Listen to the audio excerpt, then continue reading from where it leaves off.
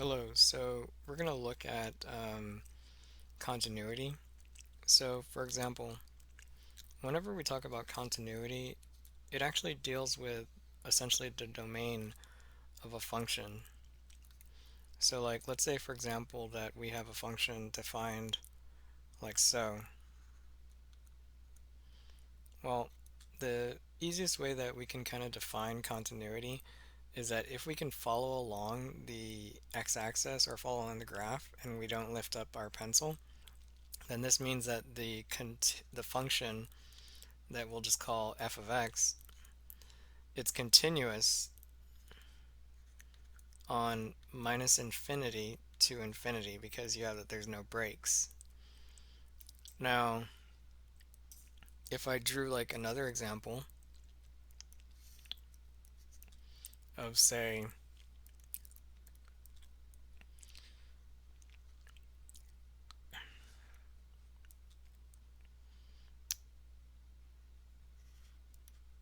and let's say that this is 1 and this is 1. Well, for here you have that there's a gap or like a jump right there. So this function, if I was to say that this is g of x, it's continuous from minus infinity comma 1 union from 1 to infinity. So with that, we would have to say that this is what we call discontinuous. So this one is discontinuous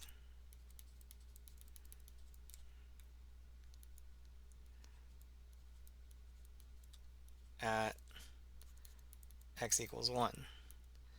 But we have that we don't need to always have the picture technically. Like we can, for example, just go by the definition. So the definition states that essentially if we're looking at pointwise at x equals a, we have to have first off that f of a is defined. Second of all that we would need is that the limit as x approaches a for f of x, we'll just use the term exists. And the last example, or sorry, the characteristic that we would need for the limit to, for the continuity to exist is that the limit as x approaches a for f of x must equal to f of a. So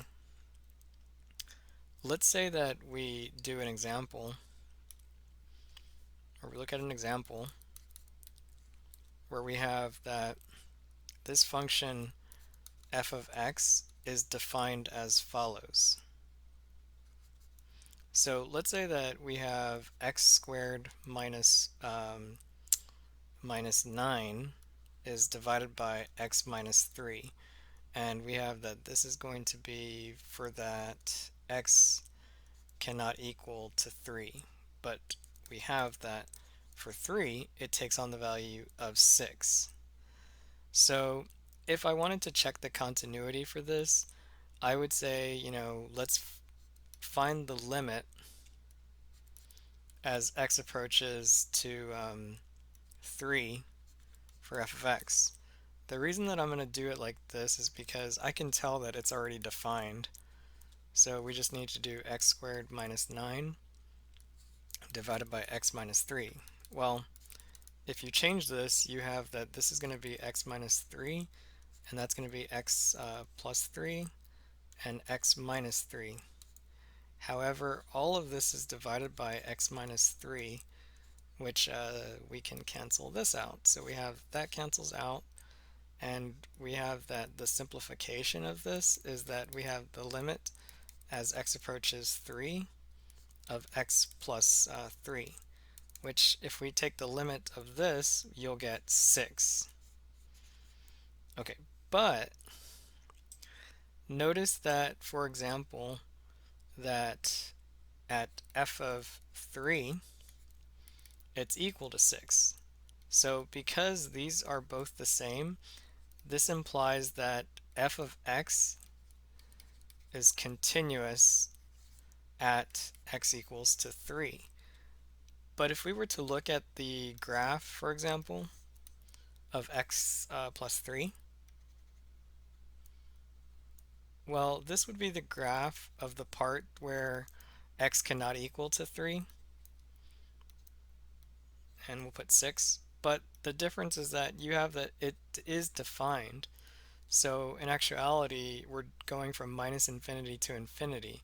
So that also implies that it's continuous at the whole real line.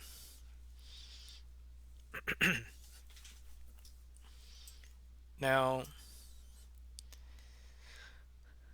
let's say that we were to look at another example, but let's say that we look at f of x is equal to um, 1 divided by x minus 4. So if we were to essentially just look at the graph of the equation, we would see that there's a vertical asymptote at x equals to 4, and that the graph would look something like this. So in this sense, we have that this function is undefined at 4. So automatically we know that it's not continuous at 4 because you have that the limit does not exist either. So we would just have to say that f is discontinuous at x equals to 4. And that's mostly because you have that there's a vertical asymptote. Okay, so in this case, it's not possible that f is continuous everywhere. In fact, if you wanted to get down to it in terms of like where would f be continuous at, it's only continuous from minus infinity comma 4 and then union 4 to infinity.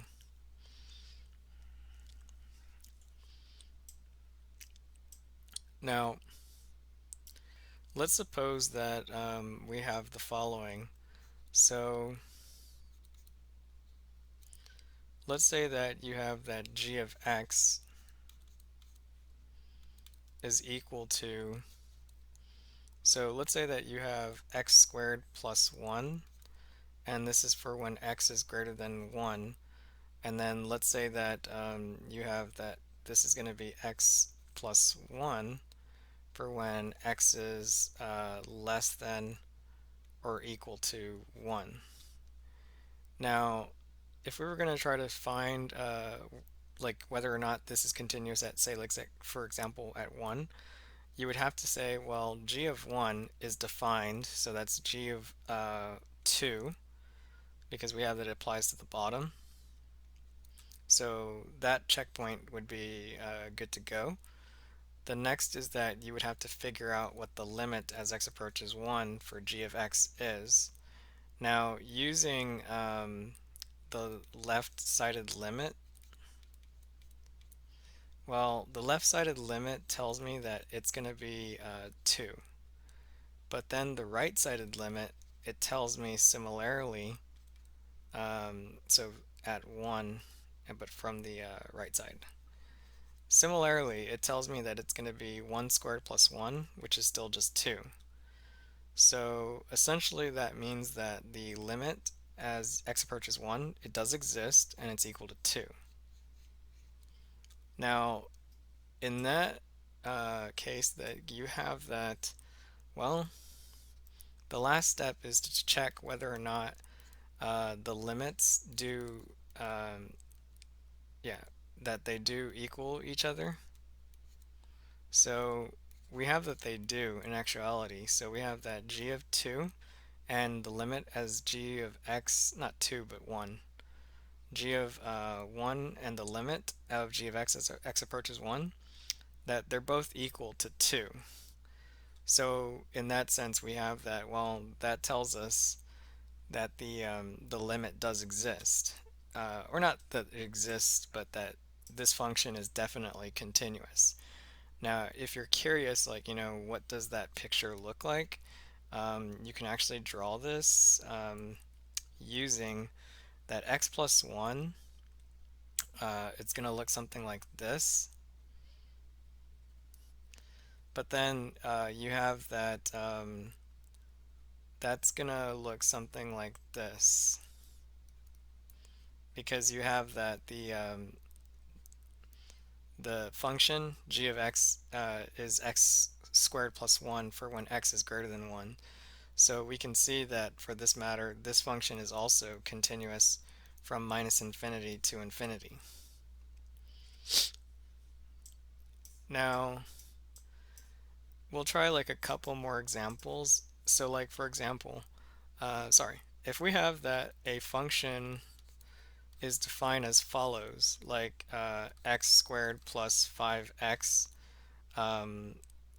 plus 6, and all of this is divided by,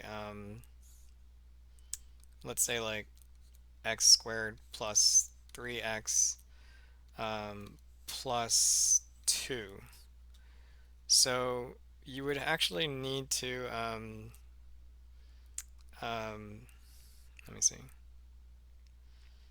Yeah, so you would actually need to look at this like you have x plus 2 and you have x plus 3. And then you have that this would be as follows, x plus 2 times x plus 1. Now notice that the x plus 2's cancels out, which basically means that your function is undefined at -2. So we have that this is going to be x plus 3 divided by x plus 1, but you already have that it's undefined at -2 because the factor of x plus 2 canceled out. But furthermore, you also have that it's undefined at -1. So that is, we know that this function is undefined at -2 and -1. But if you were to look at it on the interval line, essentially that would tell you that you have that there's going to be two portions of the real line that is going to be removed. So you have this one is undefined and this one is undefined, and we would just shade it like right here, and right there. So that tells you that the intervals of continuity would be from minus infinity to -2, union from -2 to -1, union from -1 to infinity. So this would be completely discontinuous at -2 and -1, but it's continuous from these open intervals. Now, the last thing that we can look at, for example, is whenever you're trying to determine whether a function can be continuous, more or less like forced to be continuous. So, for example, let's say that you have x squared minus 25 all divided by, let's see, x minus 5. So we'll just put that x cannot equal to 5. But then over here, we'll just put that this is going to be x plus a. And we'll just put that x will equal to 5, sorry. So this tells me that I essentially have a linear function, and I'm just going to redefine it in a way that tells me that it's going to be continuous. Unfortunately, this is like one of those examples that kind of may not really require the x, really just the constant. But let's see. If we go ahead and we try to figure out when this function is continuous, notice that we have to find the limit as x approaches 5 for x squared minus 25 all over x minus 5. Now, technically this gives us the following, and you can kind of backtrack if you'd like to what does this function give us. So we have that this is going to be x plus 5, which tells me that 5 plus 5 is 10. So we also need to say that aside to the limit as equal to 10, we're going to say that, well, f of 5 equals to, well, that's going to be 5 plus a. But notice that these two have to be equal to each other. So the way of which that we'll do that is that we'll just set them both equal to each other to solve for the a. So we have 5 plus a is equal to 10, but that tells me that a is equal to, well, 5. So in order for this function to be continuous, we have to have that a is equal to 5. So essentially that tells me that we have x plus 5 is my bottom portion for when x is equal to 5. But then I also have that it's going to be x squared minus 25 divided by x minus 5 for when x is not equal to 5. We'll put 5. So if you were to graph this in the x and y plane, okay, so this is a little weird because essentially you have that function looks something like this. Okay, so we can say that that's going to be 5, and then we'll just say that according to my scale that that's going to be 10. But what does the bottom portion do, or this portion, x plus 5, when x is equal to 5? Well, 5 plus 5 is 10, so technically that shades in this portion. So what that means is that the function is actually continuous on the whole real line from minus infinity to infinity, and then that's it. Okay, so we can use the process of using the checkpoints for finding continuity as needed. So every time you'll just go back to these definitions right here of definition f of a is defined, f of x is the limit exists, and that the two are both equal.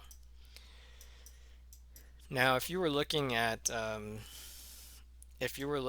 essentially like a closed interval, like whether you want to see like whether something is continuous on a closed interval, it's more or less the exact same thing. So, as I kind of just wrap this up, let me get rid of that. As I kind of wrap this up, like we can say, like, for example, that if we have f of x equals the square root of 9 minus x squared, if we look at essentially the graph of the function, we'll see that essentially this just defines a half circle. And then we'll say that that's minus 3, and that's 3. But basically this is telling me that f of x is continuous on the closed interval negative 3 comma 3. It gets a little confusing on like how the function is discontinuous from the left and it's discontinuous from the right of negative 3 and 3 respectively. So in that case, we just have to see that the endpoints would have to be included followed by the interior points. Okay, but that's probably like the easiest way that you can kind of think of when you have continuity on a closed interval.